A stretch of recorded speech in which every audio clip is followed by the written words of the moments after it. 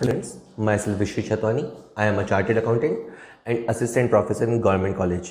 Income tax के questions लगातार हम कर रहे हैं. In fact it is a question bank to check कि आपकी तैयारी अच्छी चल रही है या नहीं.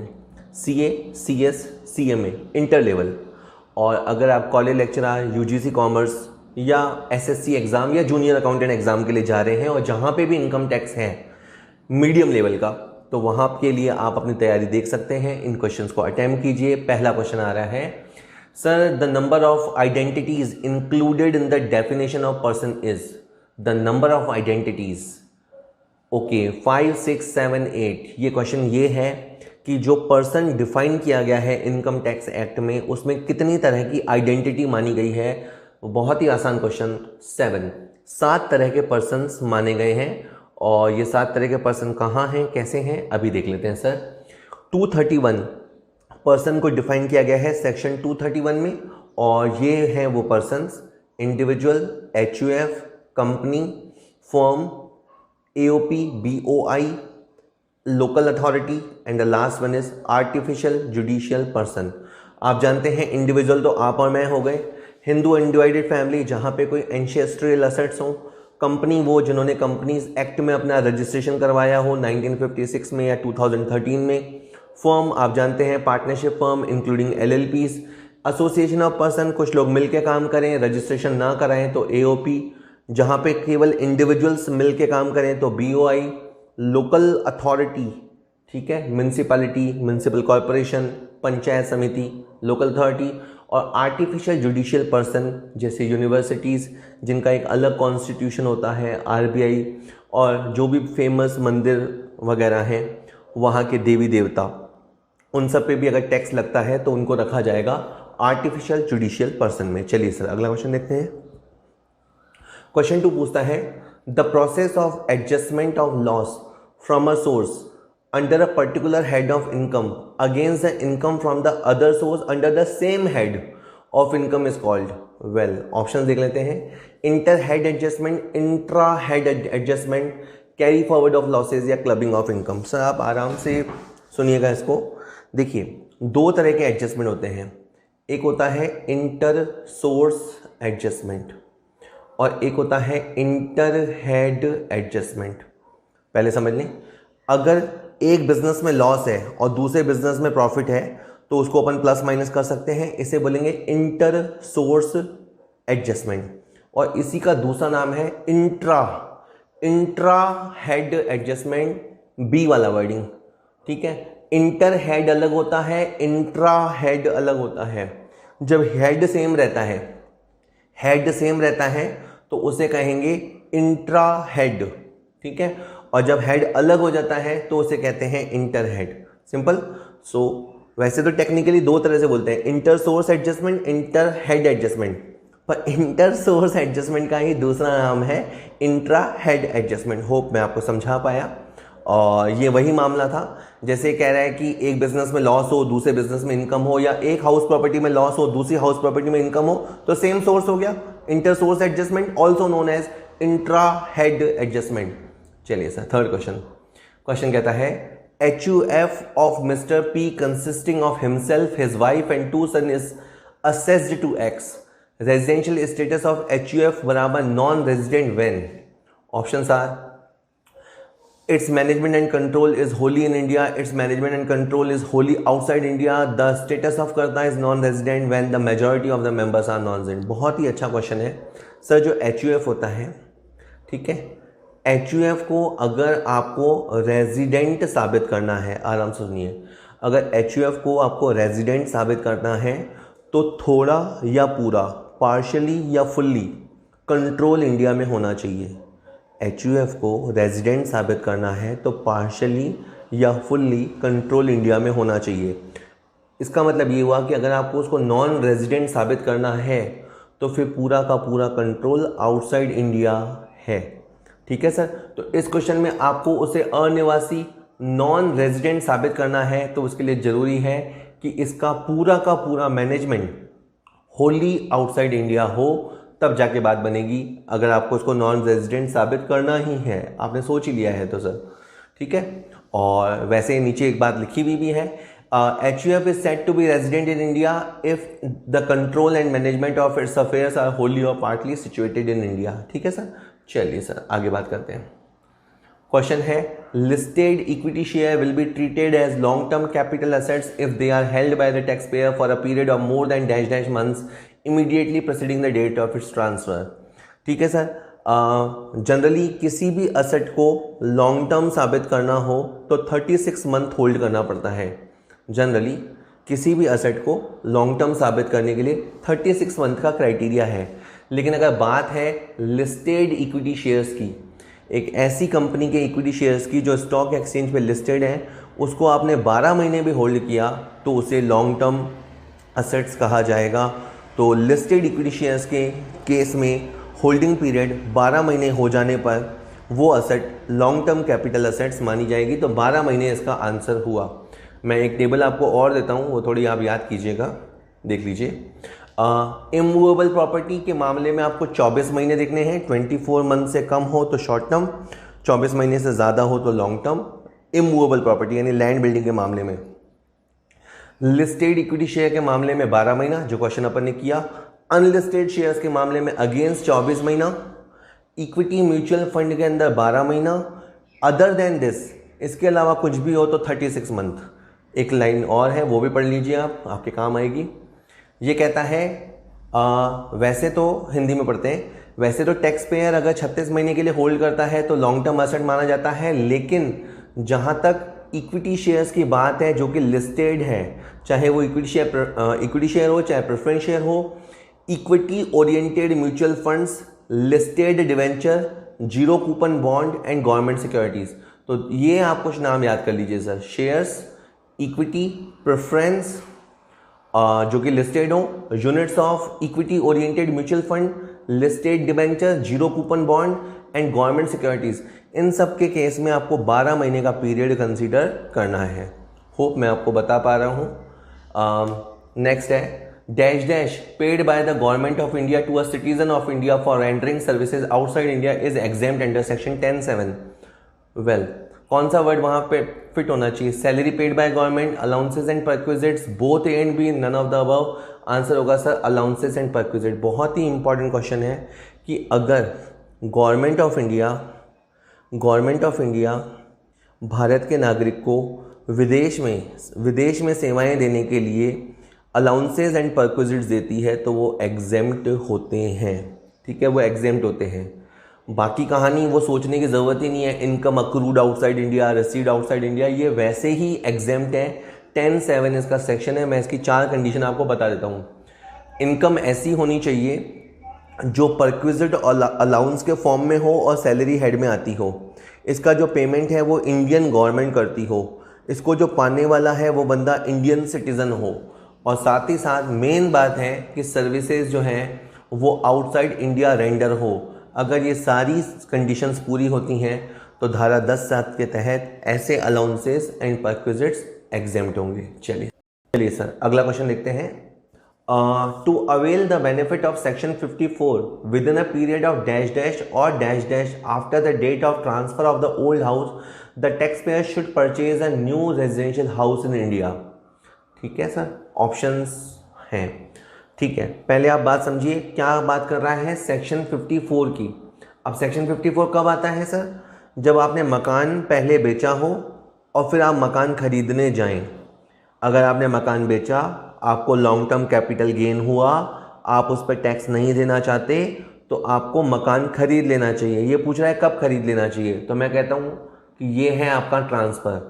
तो ट्रांसफ़र से इधर जाओ और यहाँ लिखो 1Y और इधर जाओ, इधर लिखो 2Y. दैट इज़ ट्रांसफ़र से 1 साल पहले या ट्रांसफ़र के 2 साल के अंदर आपको नया मकान खरीद लेना चाहिए. तो इस तरह से आप ऑप्शन देखिएगा, आपको सी ऑप्शन बिल्कुल सूट करेगा. ठीक है सर, चलिए. और एक बात और ये बताता है कि अगर आपको सेक्शन 54 का लाभ प्राप्त करना है तो आपको नया रेजिडेंशियल प्रॉपर्टी खरीद लेना चाहिए. अब ये है कि असेसमेंट ईयर 21-22 से ये है कि आप एक से ज़्यादा प्रॉपर्टी भी खरीद सकते हैं, 2 प्रॉपर्टी में भी निवेश कर सकते हैं. सेक्शन 54 का एग्जेम्पशन अब तब भी मिलेगा जब आप एक की जगह 2 प्रॉपर्टियां खरीदेंगे तो भी आपको बेनिफिट मिलेगा. चलिए अगला क्वेश्चन देखते हैं। अगला क्वेश्चन कहता है after claiming benefit under section 54 if new house is transferred within a period of dash dash from the date of its acquisition और completion then the benefit granted under section 54 will be withdrawn.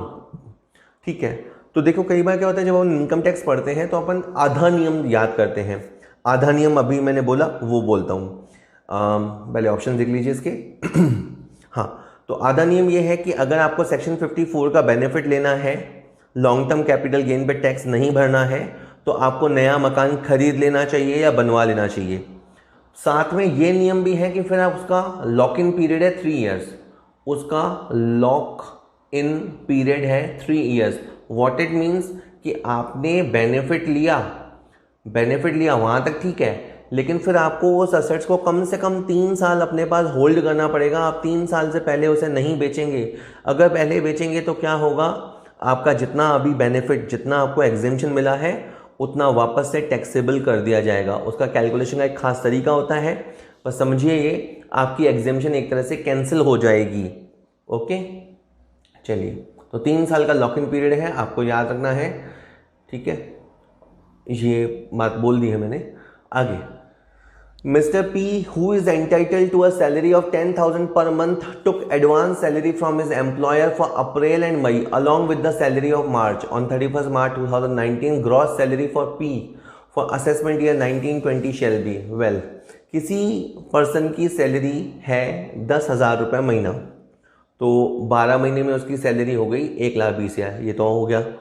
लेकिन इसने क्या किया, जब वो मार्च की salary ले रहा था तो उसने अप्रैल की सैलरी और मई की सैलरी भी ले ली, एक तरह से एडवांस सैलरी ले ली। तो क्वेश्चन उठता है कि क्या इस एडवांस सैलरी पे भी टैक्स लगेगा, क्या इसे भी इनकम माना जाएगा? तो आंसर है यस। ठीक है सर, इसमें आपको अकाउंटेंसी के रूल नहीं लगाने हैं। सैलरी हेड का एक रूल होता है, ड्यू और receipt which ever is early. अभी आपको तनख्वाह ड्यू नहीं हुई है लेकिन रिसीव हो गई है, तो एडवांस सैलरी भी आपकी इस साल की सैलरी में जोड़ी जाएगी। हालांकि एक बात और मैं बता दूं, चूंकि इस साल की सैलरी में जोड़ दी गई है तो फिर अगले साल आपको केवल 10 महीने की सैलरी लिखनी पड़ेगी, लेकिन वो अगले साल की बात है।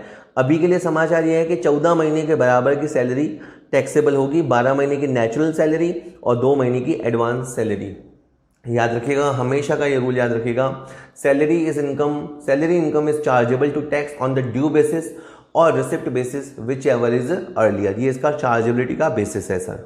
अगला question, given is the information related to a house, municipal value 75,000, fair rent 90,000, standard rent 80,000, actual rent 10,000 महीना, municipal taxes paid by the owner is 20% of municipal value और अनरियलाइज रेंट इज 40,000 रुपया, ना वसूल किया गया किराया, अच्छा यहाँ 20,000 लिखा हुआ है, 20,000 मान लीजिए इसे, और इसका आपको एनुअल वैल्यू बताना है। ठीक है, काफ़ी धीरे धीरे क्वेश्चन आ रहा है, चलिए मैं बताता हूँ। आप देखते ही समझ गए, या हाउस प्रॉपर्टी का क्वेश्चन है, और हाउस प्रॉपर्टी में पहले म्युनिसिपल वैल्यू या फेयर रेंट देखते हैं। तो आपको 75 और 90 में से 90 सेलेक्ट करना है। ठीक है, ये जो आपने सेलेक्ट किया उसे आपको स्टैंडर्ड रेंट से कंपेयर करना है। स्टैंडर्ड रेंट 80 है तो आपको 80 लेना है। ठीक है, यानी आपका जो वैल्यू आया म्युनिसिपल वैल्यू और फेयर रेंट वो स्टैंडर्ड रेंट को क्रॉस नहीं कर सकता, तो आपको स्टैंडर्ड रेंट यानी 80,000 पे रुकना पड़ेगा। अब आपको एक्चुअल रेंट निकालना है। आपका एक्चुअल रेंट है 10,000 रुपया महीना, तो आपका एक्चुअल रेंट हुआ 1,20,000, 120,000, लेकिन 120,000 में से 20,000 आपको वसूल नहीं हुआ है, ये 20,000 कर लीजिएगा, 20 आपको वसूल नहीं हुआ, तो आपका एक्चुअल रेंट हो गया 1,00,000। तो 80,000 और 1,00,000 में से आपका सेलेक्ट हो गया 1,00,000 रुपये। अब तक का 1,00,000 रुपये सेलेक्ट हो गया। अब आपने म्युनिसिपल टैक्स अगर पे किए हैं, ओनर ने पे किए हैं तो वो लेस होंगे। म्युनिसिपल टैक्स जो पे हुए हैं वो है 20% ऑफ द म्युनिसिपल वैल्यू। खाली 20% लिखा होता तो भी इसी का निकालते। तो 75,000 का 20% होता है सर 15,000 रुपये, तो 15,000 रुपये म्युनिसिपल टैक्स का लेस हो जाएगा। फाइनली आपका 85,000 आ जाएगा।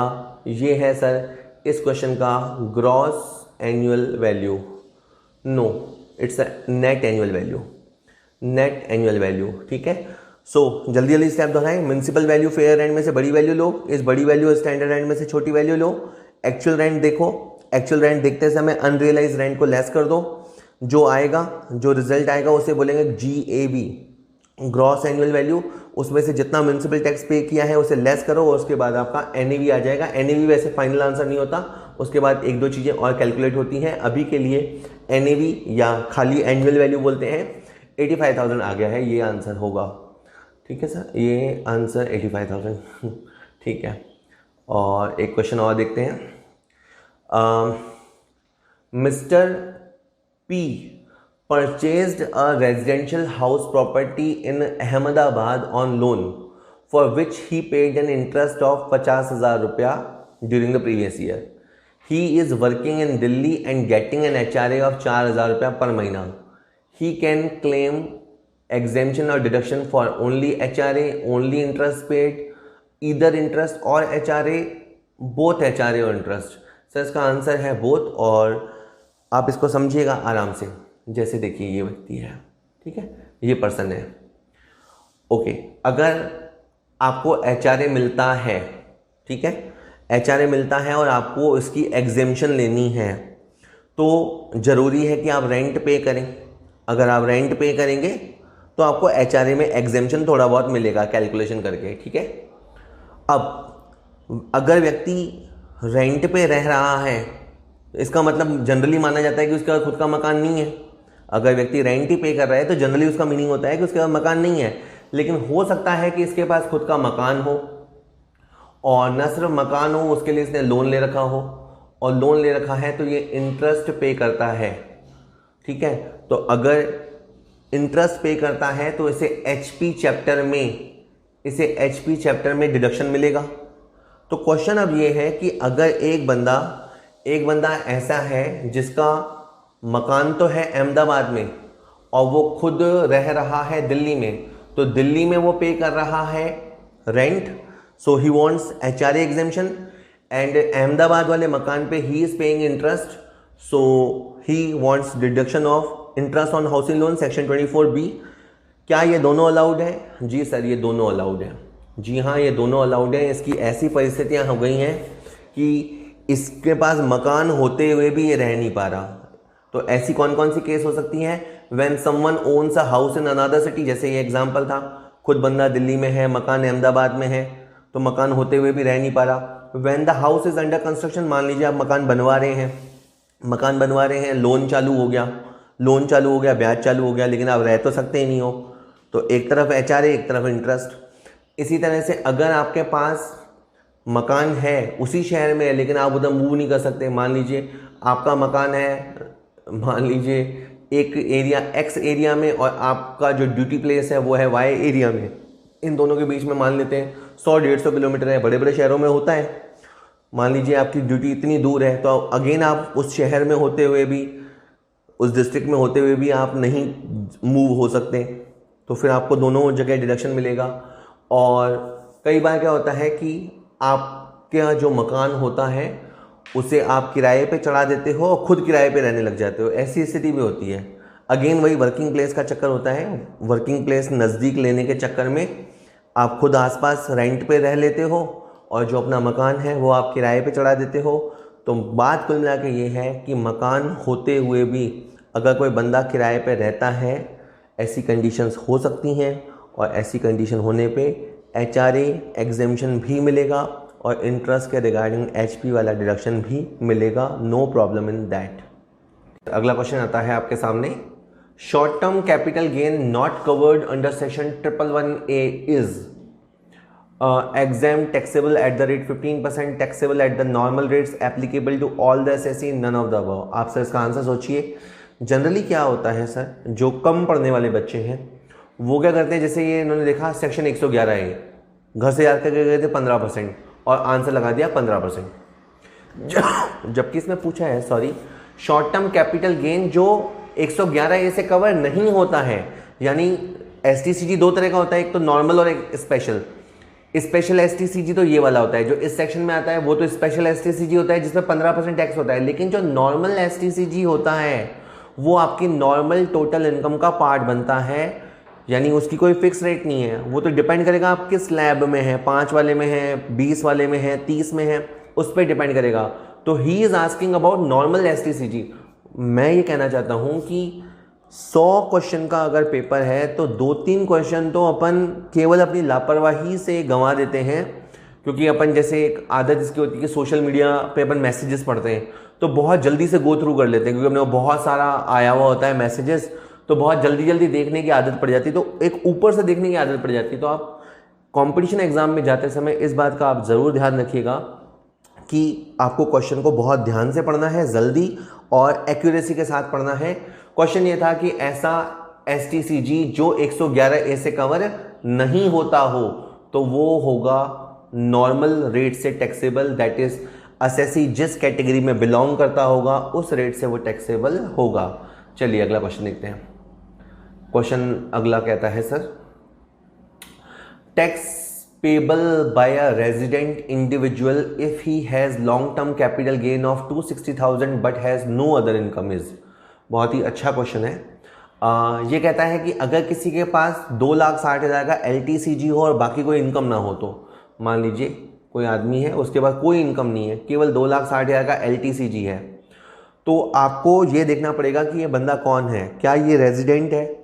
जैसे हमारे क्वेश्चन में ये पट्टा रेजिडेंट है, ठीक है। आप सब जानते हैं कि रेजिडेंट के लिए बेसिक लिमिट होती है 2.5 लाख, तो इसमें से क्या होगा 2.5 लाख शिफ्ट हो जाएगा। ये जो आपका 2,60,000 है इसमें से 2.5 लाख इधर आपका शिफ्ट हो जाएगा, शिफ्टिंग का रूल बोलते हैं इसको, और बाकी आपका 10,000 बचेगा सर, ठीक है। और इस बचे हुए 10,000 पे आपके ऊपर आराम से 20% टैक्स लग जाएगा, और वो भी आप जानते हैं कि फिर आपको 87A का रिबेट मिलेगा। 87A का रिबेट मिलेगा, जहां 5 लाख रुपए तक 12,500 रुपये अगर टैक्स बनता भी है तो टैक्स गवर्नमेंट लेती नहीं है, तो आपसे ये जो टैक्स बनेगा LTCG का जो टैक्स बनेगा वो आपका एग्जेम्प्ट हो जाएगा। तो सर इस क्वेश्चन के लिए आंसर रहा नन ऑफ द अबव। इस रेजिडेंट इंडिविजुअल पे 2,60,000 पे कोई टैक्स नहीं लगेगा। बाय द वे अगर ये बंदा नॉन रेजिडेंट होता, तो सर एक तो ये शिफ्टिंग वाला रूल जो होता है, इसको हम शॉर्ट में बोलते हैं शिफ्टिंग वाला रूल, और इसको वैसे टेक्निकली बोला जाता है बेसिक एग्जेम्पशन लिमिट एग्जॉस्ट करना या यूटिलाइज करने का रूल। तो उनके ऊपर ये बेसिक एग्जेम्पशन लिमिट को एग्जॉस्ट करने का रूल लागू नहीं होता, तो उन पे 2,60,000 पे डायरेक्ट टैक्स लगता और 20% टैक्स लगता और रिबेट भी नहीं मिलती। तो उनके लिए आंसर हो जाता something 52,000 plus health and education cess. तो अगर इसमें केवल इस क्वेश्चन में रेजिडेंट की जगह नॉन रेजिडेंट लगा दिया जाए तो आंसर सी हो जाएगा। और ये पट्टा अगर रेजिडेंट है तो आपको दोनों बातों का ध्यान रखना है, इसका कोई टैक्स नहीं लगेगा। तो बहुत ध्यान से आप कीजिएगा क्वेश्चन। मैंने नीचे लिखा है if it would be a question for non-resident, then the benefit of basic exemption limit or rebate under section 87 is not available in respect of such gain। अगर वो पट्टा नॉन रेजिडेंट होता तो। होप मैं समझा पाया आपको। चलिए सर अगला क्वेश्चन देखते हैं। Employer has given a video camera for the personal use of the employee. The value of the perquisite is 10% per annum of historical cost, nil, 10% per annum of the WDV या fully exempt। तो sir जहां आप काम करते हैं आपके boss ने आपको वीडियो कैमरा दिया, तो सर उसकी जो वैल्यू होगी, टैक्सेबल वैल्यू होगी, वो होगी 10% of the original cost. 10% of the original cost. Sir ये आपके बॉस है, ये बंदा जो नीचे है वो एम्प्लॉय है। दो सिचुएशन हो सकती है सर, वीडियो कैमरा बॉस का हो और आपको यूज़ करने के लिए दिया गया, जितने भी समय आप यूज़ करोगे 10% पर एनम है। अगर मान लीजिए अपन कहते हैं 1 लाख रुपए का वीडियो कैमरा है तो 10% यानी 10,000 टैक्सेबल होगा। अगर आपको पूरे साल के लिए दिया गया, आधे साल के लिए दिया गया तो 5,000 टैक्सेबल होगा। वन मोर थिंग, अगर ये वीडियो कैमरा बॉस का नहीं है, उन्होंने ये रेंट पे ले रखा है, तो जितना रेंट ये पे करेंगे अपने एम्प्लॉय के खातिर, उतना टैक्सेबल वैल्यू ऑफ फैसिलिटी माना जाएगा। और एक लास्ट बात और होती है कि अगर एम्प्लॉय से कुछ पैसा वसूल कर लिया जाए तो उतना फैसिलिटी लेस हो जाता है, ठीक है। आप क्वेश्चन को पूरा याद कीजिएगा, ये सब लिख रखा है, एक बार मैं पढ़ देता हूँ। Taxable value shall be 10% of the actual cost of assets. WDV के चक्कर में मत पड़ जाना, ये बात ध्यान रखना। if the owned by the employer, or actual amount of higher charges if taken on the hire by employer as decreased by the amount paid by the employee for such use. एक और बात है, nothing is taxable for use of laptop and computer. अगर आपको personal use करने के लिए, personal, official, fully personal use के लिए कंप्यूटर या लैपटॉप दिया गया है या टेलीफोन दिया गया है तो वो फैसिलिटी एग्जेम्प्ट होती है सर. ठीक है सर, चलिए अगला क्वेश्चन लिखते हैं. The concept of deemed ownership is given under section 24, 25, 29, 27, 7 में आपको दे रखी है सर डीम्ड ओनरशिप का रूल. अब ये सर कहाँ है? ये सर हाउस प्रॉपर्टी वाले चैप्टर है. हाउस प्रॉपर्टी में एक कंडीशन ये है कि अगर आप मकान के ओनर हैं और आपने उससे किराया कमाया है तो, यानी HP चैप्टर को हिट करने के लिए आप मकान के ओनर होने चाहिए, मकान आपके नाम में होना चाहिए. लेकिन सर कुछ एक्सेप्शनल केसेस ऐसे भी हैं जहां मकान किसी और के नाम होगा पर आपको ओनर माना जाएगा. सर ऐसे कौन से केस हो सकते हैं? जैसे गिफ्टेड प्रॉपर्टी, आप नीचे पढ़ लीजिएगा, मैं जल्दी बताता हूँ.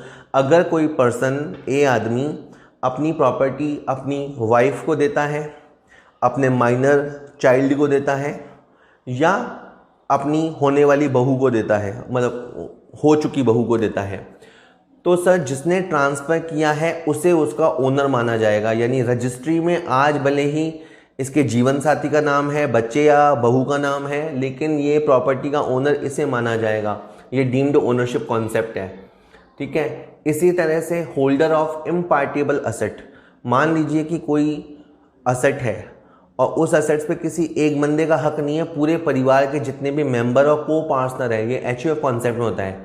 तो अगर कोई एंसेस्ट्रियल प्रॉपर्टी है, बाप दादाओं की कोई प्रॉपर्टी है, तो वो होगी तो किसी एक के नाम में, X के नाम होगी या Y के नाम होगी, लेकिन वो प्रॉपर्टी HUF की मानी जाएगी. उसका जो भी इनकम ट्रीटमेंट होगा वो HUF के हाथों में होगा. ठीक है सर. और देख लीजिए मेंबर ऑफ अ सोसाइटी, मान लीजिए कि आप किसी हाउसिंग सोसाइटी में हैं, तो अब मकान या जो बिल्डिंग, जो ज़मीन है वो हाउसिंग सोसाइटी के नाम होगी. जो बिल्डिंग बनाई होगी उसका कंस्ट्रक्शन भी हाउसिंग सोसाइटी ने किया और फिर वहाँ जितने भी मेंबर थे, 25-50 मेंबर, उनको एक एक मकान दे दिया गया, तो भी उस मकान के ओनर वो जो रहने वाले मेंबर्स हैं वो माने जाएंगे. भले ही लैंड, बिल्डिंग सोसाइटी के नाम हो, कंपनी के नाम हो, लेकिन जो रहेगा, जो इन फ्लैट्स में रहेगा, फ्लैट्स के ओनर उन्हीं को माना जाएगा. इसी तरह से सेक्शन 53A होता है ट्रांसफ़र ऑफ प्रॉपर्टीज़ एक्ट में. अगर कोई प्रॉपर्टी का रजिस्ट्रेशन आपके नाम नहीं हुआ है, आपने अग्रीमेंट खरीद लिया है, आपने अग्रीमेंट टू परचेज़ कर लिया है, सामने वाले ने बेचने का अग्रीमेंट कर लिया है, केवल एक रजिस्ट्री की फॉर्मेलिटी होनी बाकी है, तो भी उस प्रॉपर्टी के ओनर आप माने जाएंगे, यानी अग्रीमेंट होने के बाद से ही.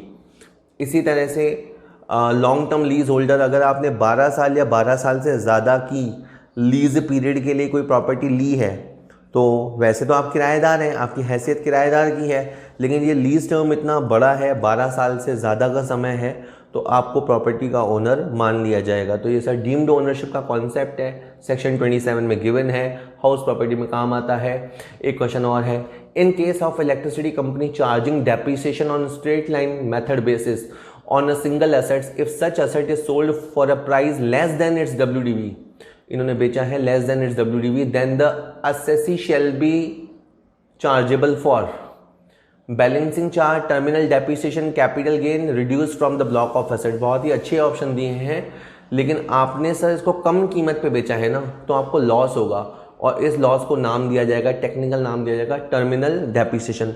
अगली स्लाइड में मैं आपको 3 केस बताता हूँ, आपको 3 नाम याद रखने हैं, balancing charge, terminal depreciation, capital gain. कब क्या होगा देख लेते हैं. सर चलिए आ जाते हैं, एक सेकेंड सर. अगर ये पहले सारे आ जाएं फिर मैं समझाता हूँ आपको आराम से. देखो, अगर कोई प्रॉपर्टी है, उसकी कॉस्ट है 80,000, पावर सप्लाई कंपनी के पास कोई असेट है, उसकी कॉस्ट है 80,000 और उसकी WDV आफ्टर डेप्रिसिएशन हो गई है 55. अगर आपने उस चीज़ को 35 में बेचा तो आपने कम वैल्यू पे बेचा, तो आपको लॉस हुआ और इस लॉस को नाम देंगे टर्मिनल डेप्रिसिएशन. इजी।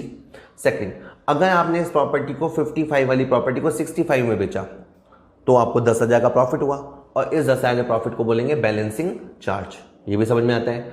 लेकिन आपकी किस्मत इतनी अच्छी है कि आपको बहुत अच्छा भाव मिला, दैट इज इस 55 की असेट के आपको 1 लाख रुपए मिले, तो आपको टोटल प्रॉफिट हुआ 45,000 का। ये तो दिख रहा है 55 की जगह आपको 1 लाख मिला, तो टोटल प्रॉफिट हुआ आपको 45,000 का। तो अब ये देखा जाएगा कि सेलिंग प्राइस और कॉस्ट प्राइस का जो डिफरेंस है, सेलिंग प्राइस और एक्चुअल कॉस्ट, जैसे सेलिंग प्राइस है 1 लाख और कॉस्ट प्राइस है 80,000, तो ये जो 20,000 का डिफरेंस है इसे हम कैपिटल गेन कहेंगे।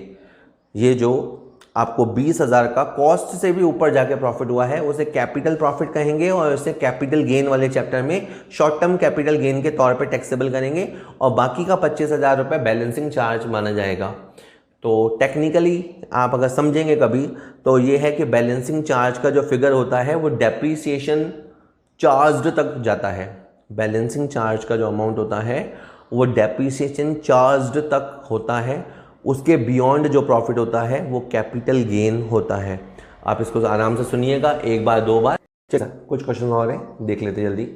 What will be the actual cost for the new owner in case of assets acquired by way of gift, will or inheritance is actual cost of acquisition of the previous owner, written down value to the previous owner, fair market value of the asset on the date of transfer of assets from the previous owner, free of cost। Sir question ये है कि अगर मान लीजिए कि कोई x आदमी है, उसने अपनी कोई प्रॉपर्टी वाई आदमी को दे दी, तो वाई आदमी के लिए उसकी कॉस्ट क्या होगी? तो जनरली रूल ये है कि जो फॉर्मर ओनर की कॉस्ट है, फॉर्मर ओनर की कॉस्ट है वही वाई पर्सन यानी न्यू ओनर के लिए कॉस्ट होगी। लेकिन मान लीजिए अगर कोई असेट ऐसी है जो डेप्रीसिएबल नेचर की है, मान लीजिए इसके पास कोई कार है, वो कार इसने इसको दे दी, तो वाई के लिए क्या मूल्य लिया जाएगा? तो जो प्रीवियस ओनर का WDV है, जो प्रीवियस ओनर का WDV है वो लिया जाएगा। तो यानी मैं ये कह रहा हूँ कि अगर असेट नॉन डेप्रीसिएबल है तो प्रीवियस ओनर की कॉस्ट प्रेजेंट ओनर की कॉस्ट मानी जाएगी, और अगर असेट डेप्रीसिएबल है तो जो WDV रही होगी वो नए ओनर के लिए कॉस्ट मानी जाएगी। सर ठीक है सर, इस क्वेश्चन के कॉन्टेक्स्ट में बी आंसर है, थोड़ा कॉन्ट्रोवर्शियल क्वेश्चन था। ठीक है सर, और क्वेश्चन देखते हैं। While making the intra head adjustment, sir आप पहचान गए होंगे, आज ही डिस्कस हुआ है।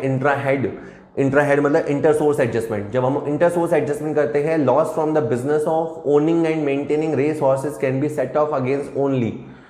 वेल आराम से आप देख लीजिए, पहले तो आप ये समझिए कि जनरली जो बिजनेस की इनकम होती है वो PGBP में जाती है, ठीक है। लेकिन जब हॉर्स रेस के जो हॉर्सेस होते हैं हम उनको मेंटेन करते हैं, यानी जो दौड़ में घोड़े दौड़ते हैं हम उनको मेंटेन करते हैं, देखभाल करते हैं, ठीक है, उसका जो बिजनेस होता है वो बिजनेस अदर सोर्स में जाता है। केवल लिखा होता है यही बिजनेस है जो अदर सोर्स में जाता है। अब बात यह है कि अगर वहाँ लॉस हो जाए तो क्या होगा? तो उसका लॉस अगर आपका इसी तरह का बिजनेस है तो कवर होगा, ठीक है। देखिए ये आपने जनरली सुना होगा कि इंटर सोर्स एडजस्टमेंट होते हैं।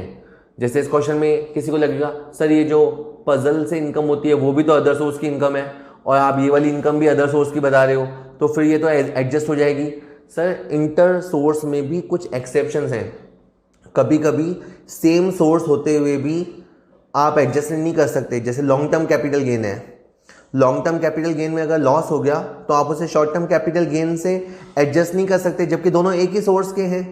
तो कई जगह पाबंदियां हैं, रेस्ट्रिक्शंस हैं। तो उसी तरह अब आप याद कीजिए कि अगर हॉर्स रेस मेंटेन करने के बिजनेस से नुकसान होता है तो ये इसी तरह के बिजनेस से कवर होगा, बाकी किसी भी तरह की इनकम से कवर अप नहीं होगा, सेट ऑफ नहीं होगा।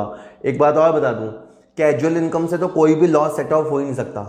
ये जो लॉटरी से इनकम हुई, या थोड़ी देर बाद आप एक ऑप्शन और देख लीजिए, ये गैम्बलिंग के गेम से जो इनकम हुई, सर ये इनकम वैसे भी कैजुअल इनकम है और आप कोई भी लॉस कैजुअल इनकम से सेट ऑफ कर ही नहीं सकते। ठीक है सर, होप मैं आपको समझा पाया।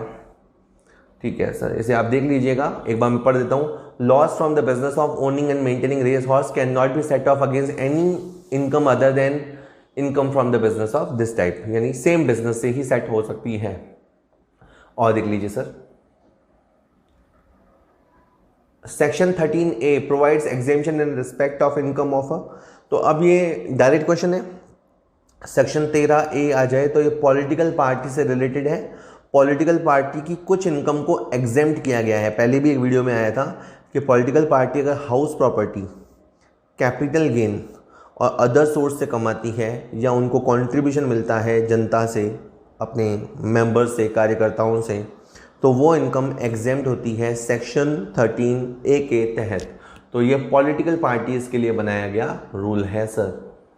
ठीक है, बाकी ऑप्शन वैसे थे कि ये ट्रस्ट का है, रिलीजियस ट्रस्ट है, सेज का है, नहीं सर, ये 13A पॉलिटिकल पार्टीज़ के लिए है। एक और बात सुन लीजिए कि जो भी मान्यता प्राप्त राजनीतिक दल हैं, हर कोई चलती आदमी नहीं, कोई पॉलिटिकल पार्टीज़ है जिसने रिप्रेजेंटेशन ऑफ पीपल्स एक्ट में अपना रजिस्ट्रेशन करवा रखा हो, वही रिकॉग्नाइज पॉलिटिकल पार्टी होती है।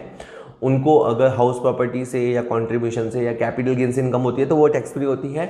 और इन अदर वर्ड्स इनके हाथों में सैलरी इनकम टैक्सेबल होगी। हालांकि पॉलिटिकल पार्टी सैलरी इनकम कैसे कमाएगी वो आप सोच सकते हैं, फिर भी सैलरी इनकम इनके लिए टैक्सेबल है। और पीजीबीपी बिजनेस इनकम इनके लिए टैक्सेबल है।